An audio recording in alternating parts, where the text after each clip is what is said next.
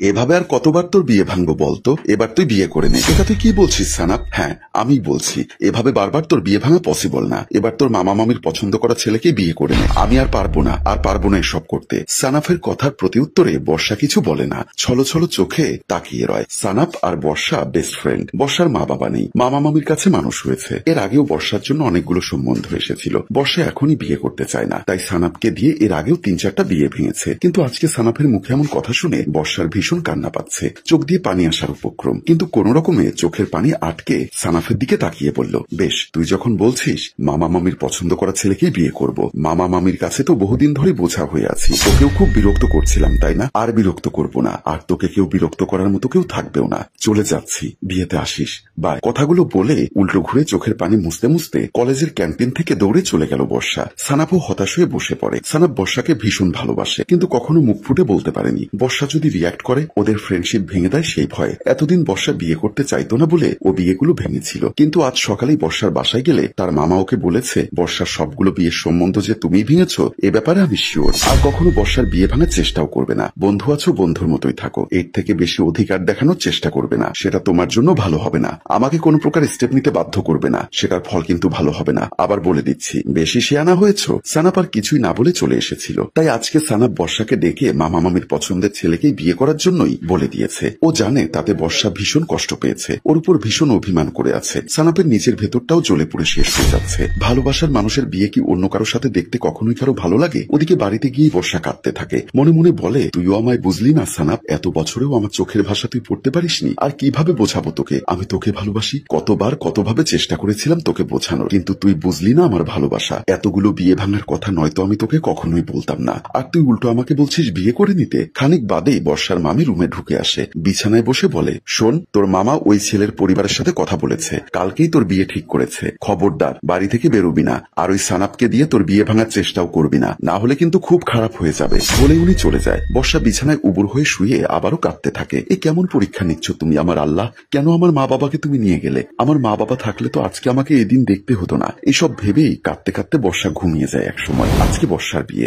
সকাল থেকে ওর মামা মামি ওকে পাহারায় রেখেছে, যেন কোনোভাবেই বাড়ি থেকে না বেরোতে পারে। তারা কিছুটা নিশ্চিন্ত হয়ে অন্যদিকে গেল। বর্ষাকে এখন দুটো মেয়ে এসে সাজাচ্ছে, আর ওর দুই চোখ দিয়ে সমানে অশ্রু ঝরছে। রিয়া বলল, তুই কেন ওকে এসব কথা বলতে গেলি বর্ষা? অন্তত তুই নিজের ভালোবাসার কথা ওকে বলতে পারতি, তাহলে হয়তো তোকে এভাবে কাঁদতে হতো না। কেন আমি ওকে বলতে যাব? ছোট থেকে প্রায় একসাথেই বড় হয়েছি, এত বছর ধরে একসাথে লেখাপড়া করছি, তবু যদি সে আমার চোখের ভাষা বুঝতে না পারে, আমার মনের কথা পড়তে না পারে, তাহলে কেমন ভালোবাসে সে আমায়? তোরা দুজন দুজনকে ভালোবাসিস সেটাই আমি জানি। দোয়া করি আল্লাহ যেন কোনো ওসিলায় ওদেরকে একসাথে করে দেয়। ওদিকে বর চলে এসেছে। ছেলেটির বাবা মা নেই, তবে সে বিদেশে থাকে, ভালো রোজগার করে, তাই বাসার মামার মতো সে একজন ভালো পাত্র। বর্ষাকে নিয়ে বরের পাশে বসানো হয়েছে। বর্ষার চোখ সানাপকে খুঁজছে, কিন্তু সানাপ আসেনি। এক পর্যায়ে বর্ষাকে কবুল বলতে বলা হচ্ছে, কিন্তু বর্ষা কিছুতেই বলছে না। ওর মামি বলল, কি হলো বল, এভাবে চুপ করে থেকে মামা মামির মান সম্মান নষ্ট করতে চাচ্ছিস? বর্ষা হঠাৎই কেঁদে ওঠে, জোরে চেঁচিয়ে ওর মামা মামির উদ্দেশ্যে বলে, তোমাদের ঘরে বোঝা হয়ে গেছি আমি তাই না? তাই এভাবে জোর করে বিয়ে দিতে চাইছো? কখনো আমার মতামতকে গুরুত্ব দাওনি তোমরা।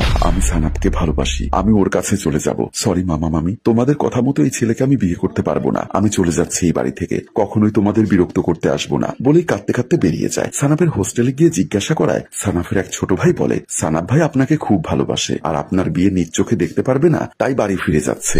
ঘণ্টাখানেক বাদেই সানাফের ট্রেন। বর্ষা তৎক্ষণাৎ স্টেশনের উদ্দেশ্যে দৌড় মারে। বর্ষা অনেকক্ষণ ধরে এদিক ওদিক তাকিয়ে খোঁজাখুঁজি করে তার ভালোবাসার মানুষটিকে খুঁজে পায়নি। বর্ষা পুরো স্টেশনে হন্যে হয়ে খুঁজে বেড়াচ্ছে সানাপকে। আর মাত্র 10 মিনিট বাদেই ওর ট্রেন ছাড়বে। হঠাৎ চোখ পড়ল একদিকে বসে আছে সানাপ। সানাপের এই জীবনে আর কিছুই চাওয়া পাওয়ার নেই। মন মরা হয়ে ট্রেনের অপেক্ষায় ছিল সে। হঠাৎ মাথা তুলে দেখে সামনে বসে যে দাঁড়িয়ে আছে বর্ষা। সানাপ বর্ষার সামনে এগিয়ে এসে দাঁড়ায়। কি হলো, তুই এখানে কেন? তোর তো আজকে বিয়ে। আমার বিয়ে নিয়ে যদি তুই খুশি থাকিস, তাহলে তুই আমার বিয়েতে আসলি না কেন? আমার বিয়েতে না এসে এভাবে লুকিয়ে চলে যাচ্ছিলি কেন? কেন নিজের মনের কথাটা আমাকে বলিসনি তুই? সানাপ কিছু বলতে পারছে না, চুপচাপ দাঁড়িয়ে থাকে। বর্ষা আচমকাই সানাপকে জড়িয়ে ধরে কেঁদে ওঠে।